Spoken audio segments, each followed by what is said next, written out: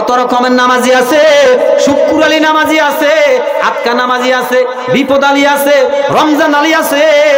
এই নামাজ দিয়ে তো আল্লাহর জান্নাত পাওয়া যাবে না। নবীর আদর্শ অনুসরণ করতে হবে। নবীজি যেভাবে চলেছেন ঠিক আমরা এভাবে অনুসরণ করতে হবে। সাহাবায়ে কেরাম নবীজির কেমন আনুগত্য করেছে। ও মুসলমান নবীর উম্মত, নবীর কেমন আশিক ছিল সাহাবায়ে কেরাম। নবীর আশিক ছিল কেমন হযরত হানজালা রাদিয়াল্লাহু তাআলা আনহু কেমন নবীর আশিক ছিলেন। নবীজি যুদ্ধের ময়দানে চলে গেছে, হানজালা নতুন বিবাহ করেছে, স্বামী স্ত্রীর মহব্বত হয়ে গেছে, ফরজ গোসল করার জন্য হানজালা চলে গেছে।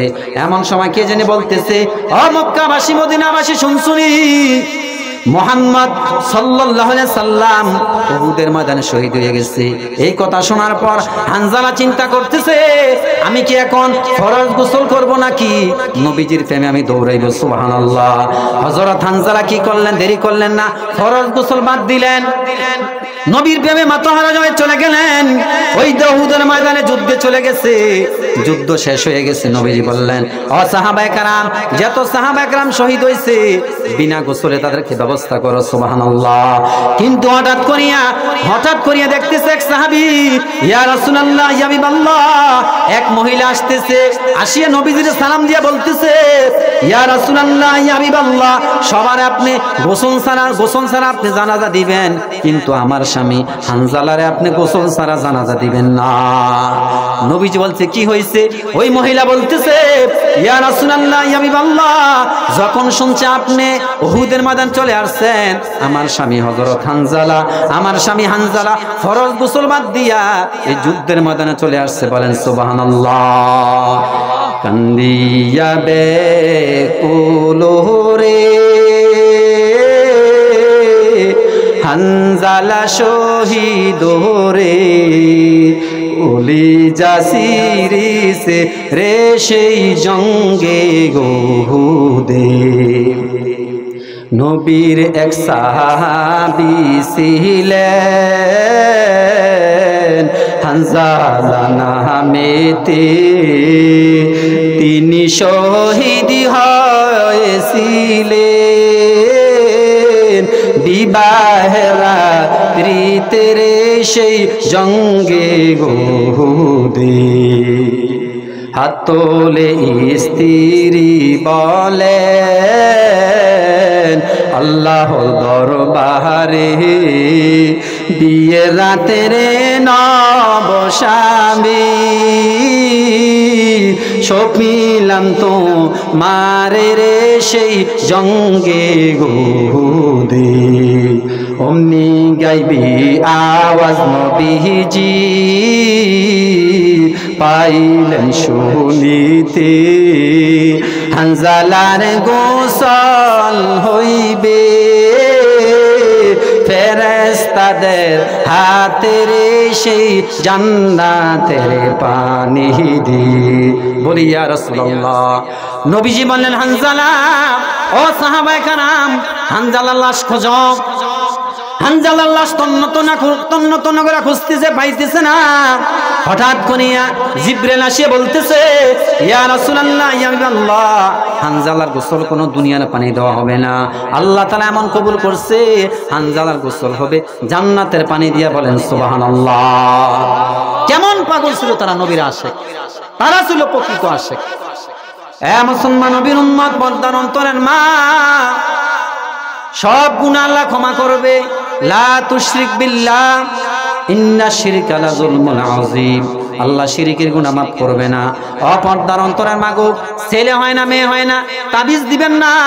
আল্লাহর প্রতি ভরসা করবেন, তাওয়াক্কুল করবেন, তাহাজ্জুদ নামাজ পড়িয়া আল্লাহর কাছে বেশি বেশি কাঁদবেন। ও মুসলমান নবীর উম্মত, আজকে কত জায়গায় দেখা যাইতেছে ছেলের কারণে, মেয়ের কারণে কত মা বাপ বেইজ্জতি হয়ে যাইতেছে। ও পর্দার অন্তরের মাগো, আজকে আপনার স্বামী ঘন ঘন 3 পিস কিনে দিলে কত খুশি হন, ঘন ঘন যদি মার্কেটে নিয়ে যায় কত খুশি হন। একবারও চিন্তা করেন না আপনার স্বামী তো 5 ওয়াক্ত নামাজ পড়ে না, কি জব দিবেন? ঘরের মহিলা যদি ঠিক হয়ে যায় সব ঠিক হয়ে যাবে, ঘরের মহিলা যদি নামাজি হয়ে যায় সব ঠিক হয়ে যাবে। ও যুবক মায়েরা, আজকে কত জায়গায় দেখা যায় স্ত্রীর কারণে, বউর কারণে কত মা বাপ ত্যাগ করিয়া সন্তান আলাদা খাইতেছে। মুসলমান নবীর উম্মত, ও যুবক মায়েরা, যাতে আপনি আমল করেন, মক্কা মদিনার ঈমান হন, ঈমান সাহেব যদি হন, মা বাপ যদি আপনার প্রতি নারাজ থাকে, আপনার কোনো আমল আসমানে যাবে না।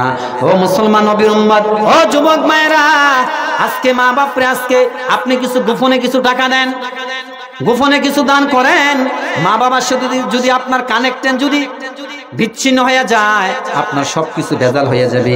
আর মা বাপ যদি আপনার প্রতি খুশি থাকে, আল্লাহ যদি দুনিয়া তো না দেয়, পরকালে আল্লাহ আপনার জান্নাত দিয়ে দিবে। সুবহানাল্লাহ। মুসলমান নবীর উম্মত, মা বাপরে আপনি গোপনে কিছু দান করেন, স্ত্রীর সামনে দিলে তো দোষ হয়ে যায়, কিছু দান করেন। ও যুবক মায়েরা, আপনি যেমন বাজারে গেলে, দোকানে গেলে আপনার বাল্যকালের কিছু বন্ধু বান্ধব থাকে, আপনার মনে চায় বিল দেওয়ার জন্য, আপনার বাবারও মনে চায় বাজারে গেলে, দোকানে গেলে বিল দেওয়ার জন্য, কিন্তু আপনার বাবার তো আগের মতো শক্তি নাই, আপনার বাবা তো কর্ম হারাইয়া লাইছে, আপনার বাবা তো কর্ম হারাইয়া লাইছে, এখন সন্তান যা দেয় তার দিকে তাকায় থাকে। মুসলমান নবীর উম্মত, দেখেন মা বাবার কেমন খেদমত করেছে। এই পৃথিবীতে যত বড় আল্লাহর ওলি হইছে একমাত্র মা বাবার খেদমত করিয়া। মা বাবার কেমন খেদমত করেছে, মার কেমন খেদমত করেছে আল্লাহর ওলি হযরত বাইজিদ মুস্তামি রাহমাতুল্লাহি আলাইহি, ইমাম বুখারী রাহমাতুল্লাহি আলাইহি, তিনি অন্ধ ছিলেন। মা আল্লাহর কাছে দোয়া করছে, আল্লাহ স্বামী নিয়ে গেছো, দুঃখ নাই, কিন্তু আমার সন্তানটা অন্ধ, আল্লাহ গো তুমি আমার সন্তান অন্ধ ভালো করিয়ে দাও। মা দোয়া করছে, আল্লাহ তার ওই মার দোয়া কবুল করে অন্ধ ভালো করে দিছে। বলেন সুবহানাল্লাহ। আল্লাহর ওলি হযরত বাইজিদ যখন ছোট্ট, বাইজিদের মা পানি চাইলেন, ঘরে পানি পাইলেন না, বাহিরে চলে গেলেন। বাইজিদ কি করলেন, বাহির থেকে পানি আনিয়া দেখতেছে বাইজিদের মা ঘুমিয়ে পড়েছে। হঠাৎ করিয়া বাইজিদ দাঁড়াই আছে পানির গ্লাস নিয়ে, বাইজিদের মার ঘুম ভেঙে গেছে। বাইজিদের মা ঘুম থেকে উঠিয়া বলতেছে, বাইজিদ তুমি তো আমারে ডাক দিতে পারতা, অথবা তুমি গ্লাসটা রেখে ঘুমিয়ে যেতে পারতা।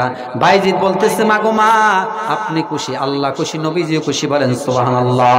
বাইজিদের মা আল্লাহর কাছে দোয়া করছে, আল্লাহ আমি মা হইয়া দোয়া করতেছি, আল্লাহ আমার সন্তান বাইজিদকে তুমি ওলি বানায় দাও। বলেন সুবহানাল্লাহ। পৃথিবীর সব আলেম দোয়া করবে, সব আলেম ওলামা দোয়া করবে, সব ফিসাব দোয়া করবে, দোয়া কবুল হইতে পারে না হইতে পারে গ্যারান্টি নাই।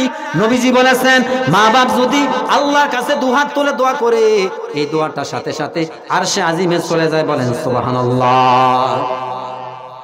মায়ে যখন দোয়া করে চলে যায় আরশ পরে, মায়ে যখন দোয়া করে চলে যায় আরশ পরে, সাথে সাথে কবুল হয় ফল দেখিতে পাও।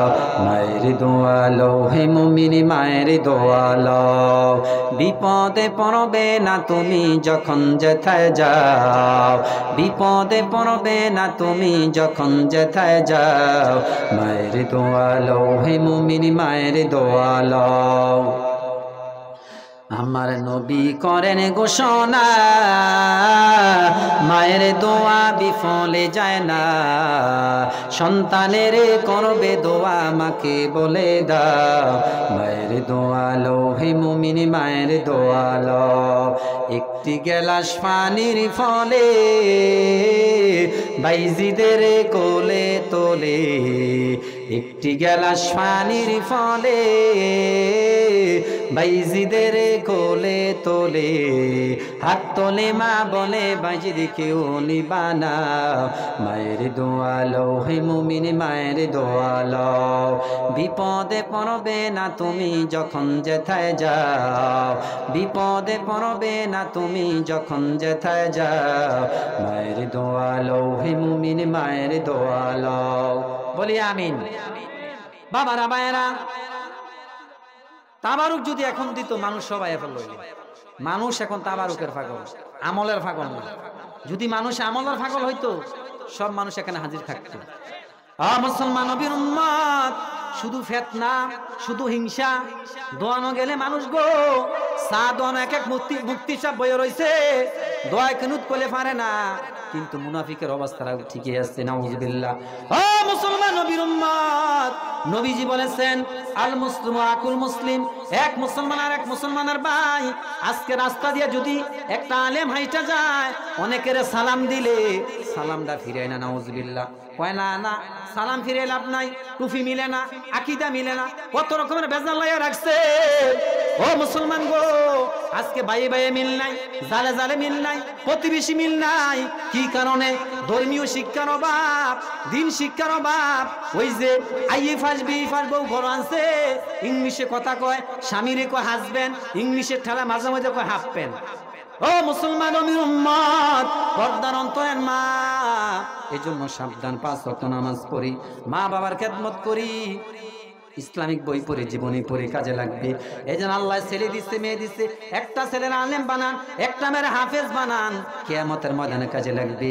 নবীজি বলেছেন যার ঘরের মধ্যে 7টা ছেলে সন্তান, জান্নাতের কথা বলেন নাই, নবীজি বলেছেন যার ঘরের মধ্যে আতুর হোক বুবা হোক, যদি একটা কন্যা সন্তান থাকে, একটা জান্নাত। বলেন সুবহানাল্লাহ। নবীজি বলেছেন যার ঘরের মধ্যে 3টা কন্যা সন্তান হবে, দিন শিক্ষা দিয়া যদি, ইসলামিক শিক্ষা দিয়া যদি মা বাপ মারা যায়, কিয়ামতের ময়দানে মেয়েদের পিতামাতারা নবীদের সাথে জান্নাতে থাকবে। বলেন সুবহানাল্লাহ। মুসলমান নবীর উম্মত, মাদ্রাসা পড়ে তো নিজের আমল ঠিক থাকে না, আর স্কুলে বলে কি অবস্থা হবে?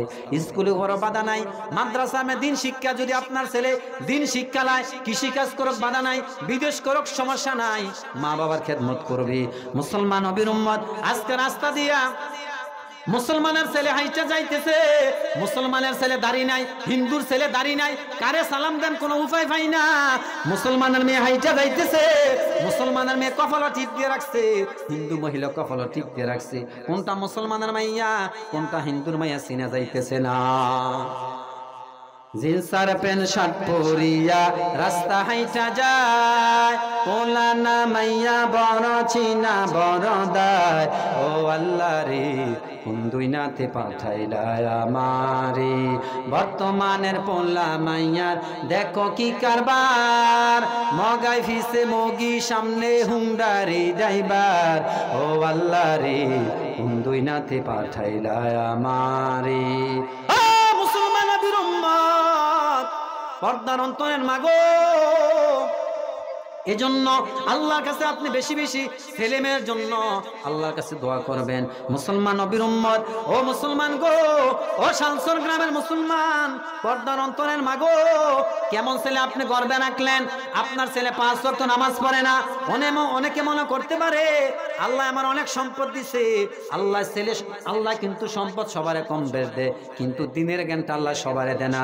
সমাজে কিন্তু কোরআনে হাফেজের সংখ্যা কম, আলেম আলামার সংখ্যা কম, বিদেশের অভাব নাই, বিদেশের অভাব নাই, দিন শিক্ষার অভাব। ও মুসলমান নবীর উম্মত, এই জন্য 5 ওয়াক্ত নামাজ পড়ি, আল্লাহর কাছে বেশি বেশি নেক ছেলেমেয়ের জন্য বেশি বেশি দোয়া করি। এই যে মাদ্রাসা আপনার জন্য, এই গ্রামের জন্য বড় নেয়ামত, আল্লাহ ছেলে দিছে মেয়ে দিছে, আল্লাহর কাছে নিয়ত করবেন আল্লাহ একটা ছেলে দাও একটা মেয়ে দাও, যাতে আমার মৃত্যুর পরে আমার জানাজার নামাজ পড়াইতে পারে, বলে আমিন। মুসলমান নবীর উম্মত, অপর্দার অন্তরের মাগো, আপনার মৃত্যুর পরে যদি আপনার সন্তান জানাজার নামাজ পড়াই দিতে পারে, আপনার জীবনটা বড় ধন্য হবে। এমনও ছেলে সন্তান আছে, মা বাপ যে কবর রাইকে আসছে, ওই 40 যাওয়ার পর আর মা বাবার কোনো খোঁজ খবর নেয় না। না না মুসলমান গো, জুমার দিন যাইবেন, কবর জিয়ারত করবেন, কবর জিয়ারত করবেন, সূরা ফাতিহা, সূরা ইখলাস, দুরূদ শরীফ পড়ে আল্লাহর কাছে আপনি বেশি বেশি দোয়া করবেন। ও মুসলমান নবীর উম্মত, এই দুনিয়া শুরু আছে শেষ আছে, পরকাল জীবন শুরু হবে আর কোনোদিন শেষ হবে না। ও মুসলমান নবীর উম্মত, অপর্দার অন্তরের মাগো, শেষ কথা বলিয়া যায় সংক্ষিপ্ত সময়। ঘুম থেকে উঠবেন, 5 ওয়াক্ত নামাজ পড়বেন, আল্লাহর কোরআন মাজিদ বেশি বেশি তেলাওয়াত করবেন। আপনার গর্ভে সন্তান, আপনি জি বাংলা দেখতেছেন, স্টার জলসা দেখতেছেন, এই সন্তান কোনোদিন নেককার হবে না। আব্দুল কাদের জিলানী রাহমাতুল্লাহ আলাইহির মার জীবন কত বড় ধন্য, কোরআনে হাফেজের মা বাবার জীবন কত বড় ধন্য। আব্দুল কাদের জিলানী রাহমাতুল্লাহ আলাইহি গর্ভে থাকা অবস্থায় মা যখন সময় পাইছে আল্লাহর কোরআন পড়েছে। তিনি যখন আব্দুল কাদের জিলানী রাহমাতুল্লাহ আলাইহি যখন মুক্তবা পাঠায় দিলেন, তিনি সূরা ফাতিহা থেকে শুরু কইরা একটানা চলে গেলেন 18 পারা কোরআন মুখস্থ। সুবহানাল্লাহ। শিক্ষক বললেন, আব্দুল কাদের জিলানীর মারে বললেন, আপনি কি আমল করছেন? ওই মা বলতেছে, আমার সন্তান গর্ভে রাখি আমি যখন সময় পাইছি আল্লাহর কোরআন মাজিদ তেলাওয়াত করেছি, আমি 18 পারা কোরআন মুখস্থ করেছি। সুবহানাল্লাহ। এজন্য 18 পারা কোরআন মুখস্থ করে দুনিয়াতে আসছে আব্দুল কাদের জিলানী রাহমাতুল্লাহ আলাইহি। বলেন সুবহানাল্লাহ। এইজন্য মা, আপনার গর্ভে সন্তান, ওই সময় যখন আপনার গর্ভে সন্তান হবে তখন আপনি বেশি বেশি আমল আরো বাড়ায় দিবেন। ওই সময় আরো মায়েরা বিভিন্ন হিন্দি সিরিয়াল দেখে, এই জন্য তো সিজারের সংখ্যা বেশি বাইরে গেছে, ঠিক না? এটা একটা নাফরমান। মুসলমান নবীর উম্মত, পর্দার অন্তরের মাগো, আজকে গড় অভাব থাকলে, গড় যদি অভাব আসে, কত মহিলারা কয় আপনার সংসার করে জীবন শেষ হয়ে গেল। দেখেন মুসলমান নবীর উম্মত, নবীর 2 সাহাবী স্বামী স্ত্রী সংসার করতেছে, হঠাৎ করে স্বামী একটু পানি চাইলেন, স্ত্রী পানি দিলেন। পানি দেওয়ার পরে স্বামী বলেন আলহামদুলিল্লাহ। ওই সাহাবী অনেক সম্পদওয়ালা। পানি পান করার পর ওই স্বামী বলেন, স্ত্রী আমার, তুমি আমার কাছে যা চাইবা আমি তোমারে তাই দেব। স্ত্রী বলেন, দিবেন? ওয়াদা? বলছে ওয়াদা আমি দিব। তো আপনি আমার তালাক দেন। নাউজুবিল্লাহ।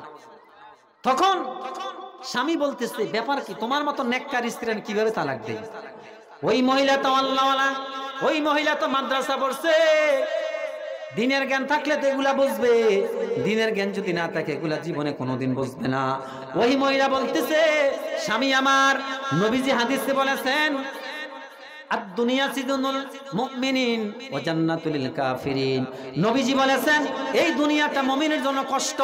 আপনার আমি ঘর সংসার করতেছি, আজকে আমি প্রায় 10 বছর হয়ে গেছে, আপনার কোনো বিপদ মুসিবত দেখি না।